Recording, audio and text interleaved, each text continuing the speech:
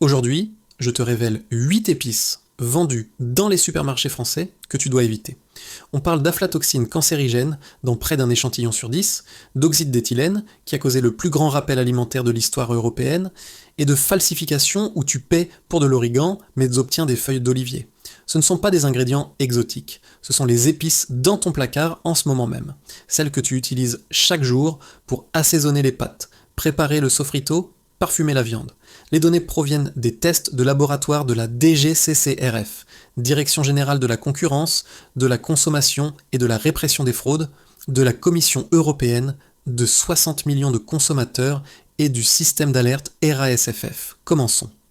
Numéro 1. Origan, quand les 3/4 de ton épice sont en réalité des feuilles d'olivier. L'enquête de la Commission européenne a examiné 295 échantillons d'origan provenant de magasins de détail dans 21 pays. Le résultat, 142 échantillons, soit 48%, contenaient du matériel qui n'était pas de l'origan.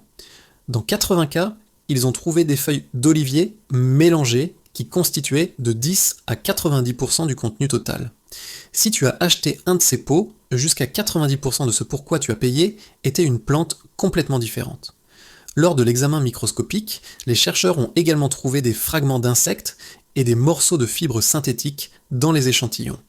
Un échantillon avait tellement de matière étrangère qu'il a été jugé non conforme selon les normes européennes. En 2022, 60 millions de consommateurs a testé 35 produits français, dont Ducros, Vainet, Carrefour, Auchan et Leclerc. Un seul origan s'est avéré falsifié, mais à 90% du contenu. Il contenait principalement des feuilles d'olivier, de cyste ou de myrte au lieu d'origan. Le produit coûtait 3,49 € pour 40. J'ai un prix premium pour une fraude complète. Pourquoi cette fraude se produit-elle ? L'origan a des prix élevés pour son goût distinctif et piquant. La récolte est laborieuse. Tu dois cueillir des feuilles sur des plantes relativement petites. Les feuilles d'olivier sont pratiquement des déchets agricoles. Les oliveresses y produisent des tonnes de feuilles pendant la taille. Elles ressemblent à l'origan quand elles sont séchées et broyées, surtout une fois finement moulues. En ajoutant de 10 à 90% de feuilles de parfait d'olivier, les producteurs augmentent considérablement leur marge bénéficiaire. Ils te vendent du remplissage sans valeur à des prix d'épices. Et à moins que quelqu'un ne teste l'authenticité en utilisant la microscopie qui nécessite un échantillonnage et un examen sous grossissement, personne ne le découvre. Ton bureau local des normes commerciales ne teste pas régulièrement l'origan du Cros d'Auchan. Quand ta recette demande de l'origan, tu comptes sur ce goût spécifique pour que le plat fonctionne. Si celui dans le pot n'est que 10-50% d'origan dilué avec des feuilles d'olivier qui ont un goût complètement différent, ta nourriture en souffre. Tu en ajoutes plus en cherchant le bon goût, consommant davantage de quoi que ce soit d'autre qui se trouve à l'intérieur. La fraude à l'origan n'est pas unique à la France. Des tests menés en Allemagne avaient trouvé que 70% des échantillons étaient contaminés par des alcaloïdes de pyrrolizidine à des niveaux dangereux et 20% étaient falsifiés. En 2021, la situation s'est améliorée, mais les pesticides restent un problème. Dans tous les 18 échantillons analysés, des résidus de 24 principes actifs antiparasitaires différents ont été déterminés. Numéro 2, curcuma. Le colorant jaune qui cache du plomb et du chrome. Le curcuma est naturellement jaune, mais tous ne produisent pas la même couleur vibrante. En Inde et au Bangladesh, qui fournissent la majorité du curcuma vendu en France, les transformateurs ajoutent du chromate de plomb pendant le polissage. C'est un pigment jaune industriel, la même substance utilisée dans le marquage routier. Pourquoi ? Le curcuma jaune vif obtient des prix plus élevés. Tu vois deux pots, l'un est pâle, l'autre est doré intense. Ton cerveau associe la couleur riche à une meilleure qualité, les transformateurs le savent. En polissant les racines avec du chromate de plomb, ils font passer du curcuma de qualité inférieure pour du premium. Cela ajoute aussi du poids. Des études du Bangladesh ont documenté des concentrations de plomb jusqu'à 483 parties par million. C'est presque 200 fois supérieur à la limite légale. Des chercheurs de Harvard et Stanford ont confirmé que la falsification est un problème continu. Le plomb est une neurotoxine qui affecte les cerveaux en développement. Chez les enfants, il provoque un QI réduit, un TDAH, des retards de développement, une détérioration cognitive permanente. Il n'y a pas de niveau sûr d'exposition au plomb pour les enfants. Chaque microgramme cause des dommages irréversibles.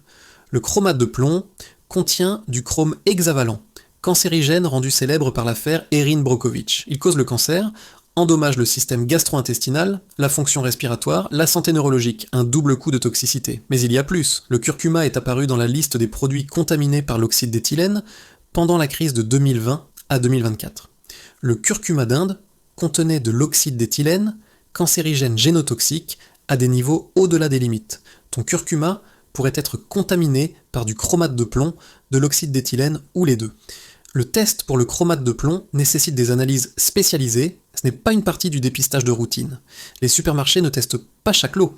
Le curcuma, chez Carrefour, Auchan, Leclerc, pourrait contenir du chromate de plomb. Numéro 3, graines de sésame. En septembre 2020, tout est remonté à la surface. Les autorités belges ont détecté de l'oxyde d'éthylène dans des graines de sésame d'Inde. Les niveaux, plus de 1000 fois la limite légale de 0,5 mg par kg. En quelques jours, les alertes se sont répandues en Europe. France, Allemagne, Italie. L'oxyde d'éthylène est mutagène et cancérigène. Il altère l'ADN et cause le cancer.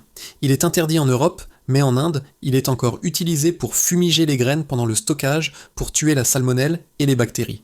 Ce qui a suivi a été la plus grande opération de rappel alimentaire de l'histoire européenne. Des milliers de produits retirés, pain au sésame, bagels, petits pains, crackers, tahini, houmous, condiments, sauces, tout produit utilisant des graines ou de la pâte de sésame. Les principaux supermarchés français ont été touchés.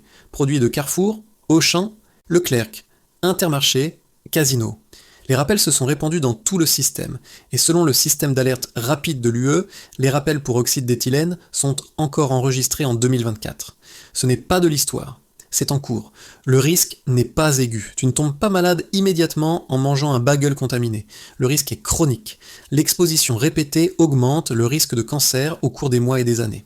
C'est un effet cumulatif, et c'est pourquoi la contamination, à 1000 fois les limites, est alarmante. Numéro 4. Gingembre moulu.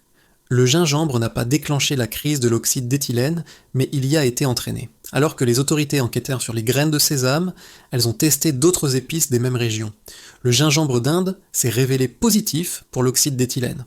Pendant les rappels de 2020 à 2024, des produits avec du gingembre ont été retirés. Plats préparés, mélange d'épices, gingembre vendu seul. Le gingembre est stocké en grande quantité en vrac avant l'emballage, absorbant l'oxyde d'éthylène pendant le stockage. Le gingembre est largement utilisé. Curry, sauté, pâtisserie, thé, marinade. Si tu cuisines régulièrement de la nourriture asiatique, tu utilises du gingembre plusieurs fois par semaine. Cette exposition répétée compte quand on parle de composés qui augmentent le risque de cancer. Numéro 5, poudre de curry, le multiplicateur de contamination. La poudre de curry est un mélange. Curcuma, coriandre, cumin, fenugrec, gingembre. Si l'un des composants est contaminé, le curry hérite de cette contamination. Pendant la crise de l'oxyde d'éthylène, le curry est apparu à plusieurs reprises dans les listes de rappel. Il contient à la fois du curcuma et de la coriandre contaminée. La DGCCRF a documenté du curry de plusieurs fournisseurs positifs pour l'oxyde d'éthylène. Pense, si le curcuma, la coriandre et le gingembre ont chacun de 10% de probabilité de contamination, le curry qui les contient tous a un risque cumulatif beaucoup plus élevé. Tu lances les dés plusieurs fois avec chaque pot. Le curry fait également face au risque de mycotoxines. Si le curcuma a été stocké dans des conditions humides et a développé de la moisissure, ces mycotoxines se retrouvent dans le curry. Un cocktail potentiel de contaminants dans un seul produit. Numéro 6, coriandre moulu. La coriandre d'Inde était fumigée avec de l'oxyde d'éthylène pour prévenir la contamination microbienne. Elle est apparue dans les données de contamination comme produit affecté. La DGCCRF l'a incluse dans la liste des produits potentiellement contaminés. La coriandre est largement utilisée dans la cuisine sud-asiatique et moyen-orientale. Curry, frottement d'épices, marinade, falafel. Si tu cuisines à partir de zéro, tu l'utilises plusieurs fois par semaine. La forme moulue est particulièrement vulnérable, elle a une surface énorme par rapport aux graines entières. Quand l'oxyde d'éthylène fumige les conteneurs d'expédition, les épices moulues absorbent plus de la substance. Niveau de résidus plus élevé dans le produit final. Numéro 7. Poivre noir. L'épice sur chaque table française, la plus utilisée dans la cuisine occidentale. Le poivre est apparu dans les listes de contamination par l'oxyde d'éthylène. Les grains d'Inde et d'Asie étaient positifs. La contamination a affecté les grains entiers et le poivre moulu. L'oxyde d'éthylène a été trouvé dans le poivre vietnamien à 2,5 mg par kg, bien au-delà de la limite de 0,1. En 2018, le poivre d'Inde avait 72,4 mg par kg. Le poivre fait face à des risques supplémentaires. C'est une épice de grande valeur, cible de falsification, cas documentés de poivre rempli de graines de papaye, poivre épuisé ou poudre colorée en noir. L'enquête européenne de 2021 a trouvé que 17% des échantillons étaient falsifiés avec de l'amidon, des graines de moutarde ou d'autres épices. Numéro 8, noix de muscade moulue, les mycotoxines dont personne ne parle. Entre 2023 et 2024, les laboratoires ont testé 89 échantillons de noix de muscade, curcuma et origan pour les mycotoxines. Le résultat ? 9% avaient des niveaux au-dessus des limites. Le détail critique, la contamination était principalement concentrée dans la noix de muscade moulue. Si tu prends un pot de noix de muscade chez Carrefour, Auchan ou Leclerc, il y a environ une chance sur 11 qu'ils contiennent des mycotoxines au-dessus du seuil de sécurité. Les mycotoxines sont des substances chimiques produites par des champignons qui colonisent les cultures. Elles comprennent les aflatoxines et l'ochratoxine A. Les aflatoxines sont classées comme cancérigènes du groupe 1, même catégorie que l'amiante et la fumée de tabac, elles causent le cancer du foie. L'ochratoxine endommage les reins et supprime le système immunitaire. La noix de muscade va dans la béchamel, le riz au lait, la pâtisserie, le vin chaud, le porridge. Exposition répétée chaque fois que tu cuisines. Les mycotoxines s'accumulent dans le corps. Les reins ont du mal à les éliminer. La noix de muscade voyage d'Indonésie, de Grenade, d'Inde, à travers plusieurs étapes. Récolte, conteneur, entrepôt, distribution. Si les niveaux d'humidité augmentent et que la température reste chaude, les moisissures colonisent par la noix de muscade et produisent en moins des mycotoxines. Tu ne peux pas voir ou sentir les mycotoxines. Le seul moyen de le savoir est le test, coûteux, et passer au bio ne résout pas le problème. Les moisissures sont naturelles. Elles poussent indépendamment de la méthode de culture. Les alternatives existent. Après tout ce que nous avons couvert, les mycotoxines, l'oxyde d'éthylène, le chromate de plomb, la falsification, tu dois encore cuisiner. Ta famille doit encore manger. Voici ce qui aide vraiment. Premièrement, achète des épices entières quand c'est possible et moule-les toi-même. Noix de muscade entière au lieu de moulu, graines de coriandre entières au lieu de coriandre moulu, grains de poivre dans un moulin au lieu de poivre moulu, racines de curcuma si tu peux les trouver. Cela élimine la plupart des voies de falsification et réduit le risque de mycotoxines parce que tu peux inspecter ce que tu achètes. Une épice entière te permet de voir immédiatement s'il y a une contamination visible, de la moisissure ou du matériel étranger. Deuxièmement, fais tourner tes épices tous les 3-6 mois plutôt que de les garder pendant des années. Les mycotoxines se développent pendant le stockage. Plus longtemps les épices restent dans ton placard, plus il y a d'opportunités pour la croissance de moisissures. Beaucoup de gens gardent les épices pendant des années, mais cette pratique augmente considérablement le risque. Conserve les épices dans des contenants hermétiques, à l'abri de la lumière et de l'humidité. Troisièmement, ne présume pas que le prix premium équivaut à la sécurité. Ducros à 4 € pour 30 grammes fait face au même risque de contamination que Carrefour à 2 € pour 50 d'écran. Il s'approvisionne dans les mêmes chaînes d'approvisionnement mondiales. Le prix n'est pas un indicateur de sécurité. Les épices proviennent des mêmes pays, voyagent à travers les mêmes ports, passent par les mêmes distributeurs. L'étiquette change, mais la chaîne d'approvisionnement reste la même. Quatrièmement, reste informé des résultats de surveillance de la DGCCRF. Quand de nouveaux rapports sortent, qui mettent en évidence la contamination dans des types spécifiques d'épices, c'est ton signal pour être plus prudent avec ces produits. Le système d'alerte rapide RASFF publie régulièrement des mises à jour sur les produits contaminés. Cela vaut la peine de vérifier périodiquement. Cinquièmement, privilégie, quand c'est possible, les épices d'origine française ou européenne. Basilic, romarin, origan, sauge peuvent être cultivés localement. Les épices françaises sont soumises à des contrôles plus rigoureux et ont des chaînes d'approvisionnement plus courtes, réduisant les opportunités de contamination.